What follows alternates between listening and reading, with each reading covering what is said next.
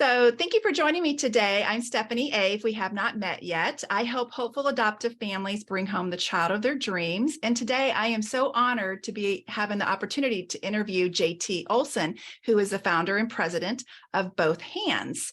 And so I'm going to ask JT to share his story about what Both Hands is, and I hope you find it very helpful in your adoption journey. So the first question I have for you is, what is Both Hands? Well, we're a 501c3 nonprofit and based out of Nashville, Tennessee. And we basically help families raise money for adoptions. And we do it by working on a widow's house. Mm-hmm. So, I mean, and honestly, whenever I tell people that, they always look at me really politely and they say, oh, that's really nice and everything. But you can tell there's this glaze in their eyes that they just don't get it. I mean, because it's hard. I mean, with just that, it's hard. And I have found the best way to explain really how it works is to tell you how it started. That sounds fantastic, because I have to tell you, this is the best fundraising idea I have ever seen. And so that's why I just think it's so fantastic. So I'm so excited for you to share the story of how this all began. Okay. Well, I mean, I'm glad you said that, because it's definitely not my idea. I just happen to, I happen to have the opportunity to do this, but no, it started because I was on the board of the local Bethany Christian Services chapter here in Nashville. And one year I was in charge of the fundraiser. We were going to do a golf fundraiser. And it was a kind of fundraiser where you mail letters out to people and you say, would you sponsor me while I golf? Sometimes same thing like a 5K race and things like that. Yeah. Okay. So I sent my letters out. I had a buddy who I was in a Bible study with. He sends my letter back to me. Does not include a check. He just scribbled with a magic marker across my letter. He said, JT, if you told me you were working on a widow's house, I might sponsor you. But you're just golfing. Nice cause, but not my money. Nice. How'd you react to that? Well, it hurt my feelings a little bit, but I mean, honestly, I think one of the things that hit me was this verse, Proverbs 27, 6, wounds from a friend can be trusted. And I mean, it hurt my feelings, but the main thing I was thinking was, wow, what a good idea. Yeah. And I called him a couple of days later and we talked about it and laughed, and he still didn't give me any money. But the idea just never left me. Whenever I saw a 5K or a golf tournament after that, I kept asking myself, if all those people were working on a widow's house instead of golfing, would it be better? I just didn't, honestly, Stephanie, I didn't have the orphan part figured out yet until a couple years later. I'm in church and I run to a friend of mine. I hadn't seen him in a couple months. I said, hey, Don, what's up? And he looks at me and he says, I'm adopting 4 kids from Moldova. Wow. Now, Don already has 3 kids at home. And I kind of said, what happened? He just said, I went on a mission with Sweet Sleep, delivering beds to orphanages in Moldova, and fell in love with this little boy, George. We started the adoption process when we got home and found out in the process, George has 3 siblings. And he said, we're not going to break up the siblings. And honestly, that's where I guess the personal side of it hit me of Both Hands. It took me back to when I was 12 years old, living on a farm in northeastern Iowa. There was 5 of us kids. And I remember one weekend, my mom and dad left to celebrate their 16th wedding anniversary. And us kids were kind of farmed out to different places, And I remember Saturday night being brought home. One of the neighbors was dropping me and one of my brothers off, and I'd played in the barn all day, so I had to go in the basement to change. My brother went in the front door. But I remember sitting in the basement on this chair, bending over, unlacing my boots. And my brother came down the stairs and I looked up at him and I said, are mom and dad home? Yeah. And he looked at me and he said, mom and dad are dead. Wow. And I said, what? And he said, mom and dad are dead. They were killed in a car accident an hour ago. Wow. And he turned around and walked upstairs. I mean, he had just found out himself as he walked through the front door. I mean, he was still in a state of shock. Yeah. But I remember that moment, and I remember hitting that cold cement floor and wailing like any 7th grader.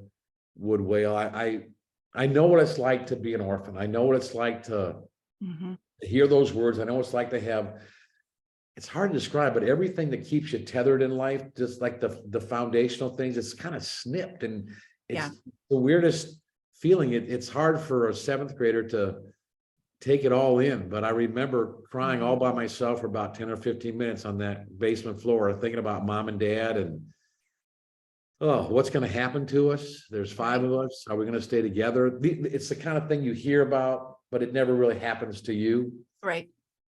But I also know what it's like to be rescued, because 3 months before this accident, my mom and dad and my aunt and uncle, my mom's sister and her husband, they changed their wills, that if anything would happen to one of the couples, the other couple would take them. Well, my aunt and uncle lived in a little bit different situation. They lived in a really nice suburb of Milwaukee called Brookfield. They were 33 years old. So young. They had 3 children of their own. Yeah. A 2-year-old, a 3rd grader, and a 5th grader. And they took all 5 of us in. Wow. I mean, I know what it's like to have someone come up and say, we got you. Yeah. It's going to be okay. It's going to be okay. I just felt so blessed. But so back to the hallway in church, when Don says we're not going to break up the siblings. Yeah. I'm the just right guy to say that to.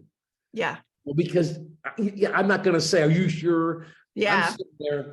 And you know what? I remember so clearly the thought that went through my head. It was like just boom. It was, here's a man who's trusting God in a way that I envy. I want to have that kind of faith. And I remember by then we had adopted, our 5th child was adopted. And I know, I knew it was going to be expensive. I said, Don, what's this going to cost? He said, oh, they're telling us 70 or 80,000. I said, any idea how you're going to raise this money? And he said, no. And I said, I think I got an idea. And so long story short now, I mean, we were about 14, 15 friends. We found a widow in Nashville who needed help. We got all the supplies that we needed donated by local merchants, because I mean, everyone liked the idea. Yeah. I mean, it was pretty neat.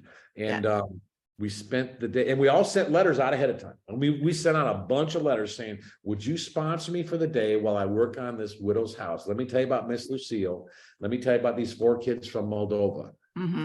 And we all sent letters out, and we spent the day working on the project. I think about 30, 35 people showed up. It was a beautiful March spring day. It was, I'll never forget it.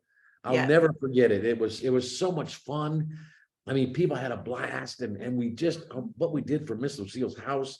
And when it was all over, we had raised a little over 70,000. Exactly what they needed. Yeah, but I mean, I didn't know what to expect. I was thinking, Wow. I mean, I really didn't know what to expect. That's amazing. I was thinking 10 or 15, maybe. Yeah. But 70,000.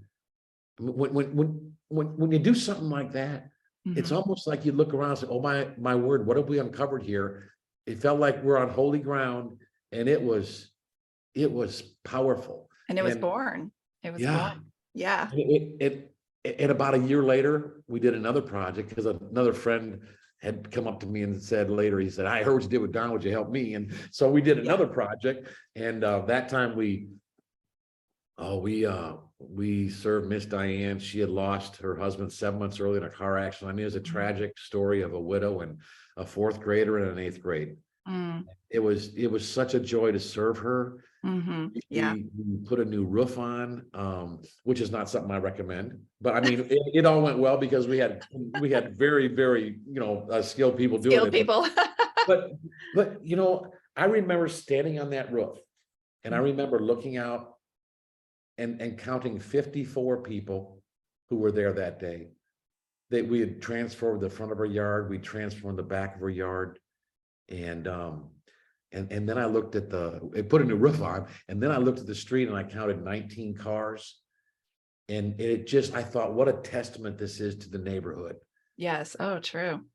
And anyone who's driving by, who lives in the neighborhood, knows about the tragedy that's landed on this family. What have they got to be thinking? Like, here's the hands and feet of Christ.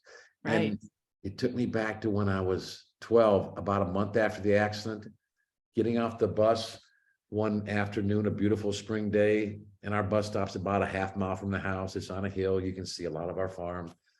But I got off the bus, and in the fields were all our neighbors with their tractors and their plows and their planters, and they were planting our crops. And helping. Yes. Oh, I mean, it was forming community. Yes. It was just amazing. There's Bob Grana and Leland Meyer, Everett Ellison, Bert Juvick, Ed Cooper, Doc Weinmiller, Jack Milch. I mean, when you're 12 years old, you know whose tractor's who. Yeah. And these were my dad's buddies. Yes. Who were taking care of their buddies' kids. Right. And it's like a foot washing that you'll never, ever be able to repay. And the farmers, they never wanted it repaid. Right. So you grew up with community. So it made sense that this was born out of community as well. Yeah. So how does this work exactly when someone comes to you? What happens? Well, basically they fill out an application on our website. We're a religious nonprofit, so we work with Christian families, and they fill out an application. Once they get okay, that's when I start working with them. We've done over, and this is my favorite part. I should show you this. I tell you this, we started officially Both Hands in 2008, and now we've done, in 15 years, we have done 1,211 projects. Nice. That's 1,211 projects in 45 states. Over 1,400 kids are no longer orphans. Over 1,359 widows. I think 1,359 widows have been served. And we've raised 16.5 million. Amazing. It makes me giddy just to think about that, you know. But yeah, and 100. Here's the other thing: 100% of that money that we raise, 100% goes to the project. We don't take anything out for operations because we just decided early on when we started this thing, we're going to do this really different. It's going to stand out. It's going to be the most irresistible nonprofit in America. I mean, it's widows and orphans, and we don't take any money out, you know, for operations. So you just don't hear that about anything like this. Well, so unusual. Kind of scary to do it that way, but we decided to do it that way. But we raise our funds for operations on the side, and we got a lot of folks who love what we do, so they keep us going. Nice. But the way it works, and once they get okay, then I start working with them. All the 1,200 projects, I personally coached them all. That's one of the main things I do. Okay. We have an executive director now, who's a new one, who's been with us for like 2 years almost, and excellent. Jared's excellent at what he does. He does a lot of the stuff that, frankly, I'm not very good at, and that I don't like doing. And and I get to go tell the story of Both Hands, and I also get, but the main job I have is coaching all the families. Great. And so I personally coach a family of, here's how you build a team. Here's how you'll probably find a widow. Here's what you're going to be looking for to do at a widow's house. And here's how to make sure you get letters out. And we just, you know, there's about 3 phone calls that I have with each family prior to their project of making sure they're set. We've got a 81-step toolkit that they follow. I mean, it's really nice. It sounds like it's very well laid out. Yeah, I was talking to a family yesterday who's been doing a project, and they were amazed. They said, I've never seen anything like this. The way you've got it laid out, you've clearly done this a lot. And it really does. We try to make it easy, not easy, but we try to make it very doable. If you do this, if you do this, this is probably going to happen, you know? Right. That's fantastic. So are there, let's see, you've answered how much has been raised. So what's been your favorite project out of all of those that have been done? Oh, I think that's almost an impossible question to answer. Because there's so many. I mean, one of my favorites every year is what we do, because to raise funds for operations, we do our big vision project. We call it the Vision Project because it keeps the vision of Both Hands alive. And we got about, there's probably going to be 60 or 70 people who send letters out and say, sponsor me. Last year, we had 175 people show up. Nice. And we served 11 different sites, 11 widows. Wow. This year, we're probably going to have around 200 show up, and we're going to serve 20 widows. And hopefully we'll raise somewhere between 300,000 and 400,000. I mean, clearly that's my favorite project every year because all the local folks in Nashville come out, our fans, they've seen it. They've been friends of mine for a long time, and they were here at the beginning when we started Both Hands. Yep. Just loyal, just awesome. You know, so as an organization, you practice what you preach. I mean, you do it yourself. Yeah, we keep our head in the business. We know exactly what it's like to run a project. So it's not like we forgot how to do it. Right, exactly. But you know, honestly, there's been a couple of projects the way God shows up, just a small one. Just I have a front row seat to what God does in these things. Mm-hmm. I got about 6 months ago, got an email from a family who was doing their kickoff meeting, getting their all team together in their community and getting them fired up about doing a project. And they were starting to talk about the widow's house. And one of the things they said, this widow, she's got a lot of stuff in her basement. We're going to clear this basement out, but it's going to take a lot to get rid of this. In fact, we need a dumpster, but we have absolutely no idea where we're going to get a dumpster. And they're in the crowd. A couple in the crowd started laughing. And they raised their hand and they said, what are you laughing about? I said, well, you're not going to believe this, but last week we were in a competition, as some kind of auto competition. Mm-hmm. They said, we won a dumpster. And we were trying to figure out, what are we supposed to do with this dumpster we won? Oh my gosh. No, I have no idea about the contest, why they awarded a dumpster. All I know is that in my mind, God had manifested a solution to a problem before the problem was even known. Exactly. And exactly. It just blows your mind. It blows your mind. You can't do this without having faith. And so, I mean, I see things like that all the time. Mm-hmm. Yeah, that's fantastic. So if someone wants to get started, you have an application, you said online, so they fill out the application.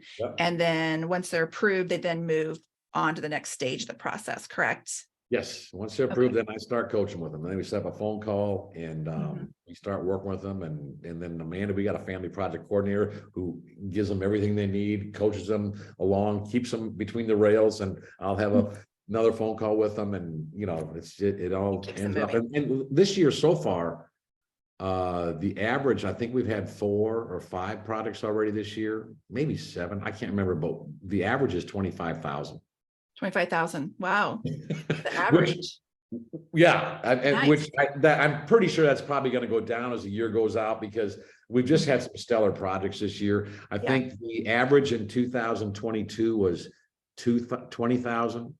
Okay. And the average in 2021 was 22,000. So, but I think it's safe to say the average this year is probably going to be between 20 and 25,000. You know, when it's all over. That's a huge chunk of the adoption budget. I mean, yeah. A lot more than a spaghetti dinner. That's right. I mean, I like spaghetti dinners, don't get me wrong. But, exactly. It's a little more work than a spaghetti dinner. So what is your closing words of advice and wisdom you would give us, JT? You know, I think one of the things that I've always tell people that I think when you're adopting, I think you're entering into a new realm. In my mind, I see it as warfare. I just see it as this a lot of obstacles are going to come up. Right. And I think sometimes you got to remind yourself of why what you're doing is worthwhile. And there's a lot of things. I mean, you want to have a family and you want to help serve a child. I mean, there's a lot of things. Right. But one of the things I would just remind people of is that there will be another adoption because of your adoption, because somebody's watching. You may know them, you may never know them. Yeah. But somebody's watching. And I know because in my life, in 2000, I saw our pastor adopt. And I was watching. And we adopted Gracie from China in 2003. And a couple of years later, I actually had in conversations I had with some friends of mine from church, and they had adopted some kids from China too. And in the conversation, they just said, yeah, we saw you. They basically said, we thought if JT and Sarah can do it, we can do it. Right. It's like there's this holy chain, and every adoption is this sacred link that's added to the chain. And I just want to remind people is there will be a link added to your adoption because somebody's watching. Right.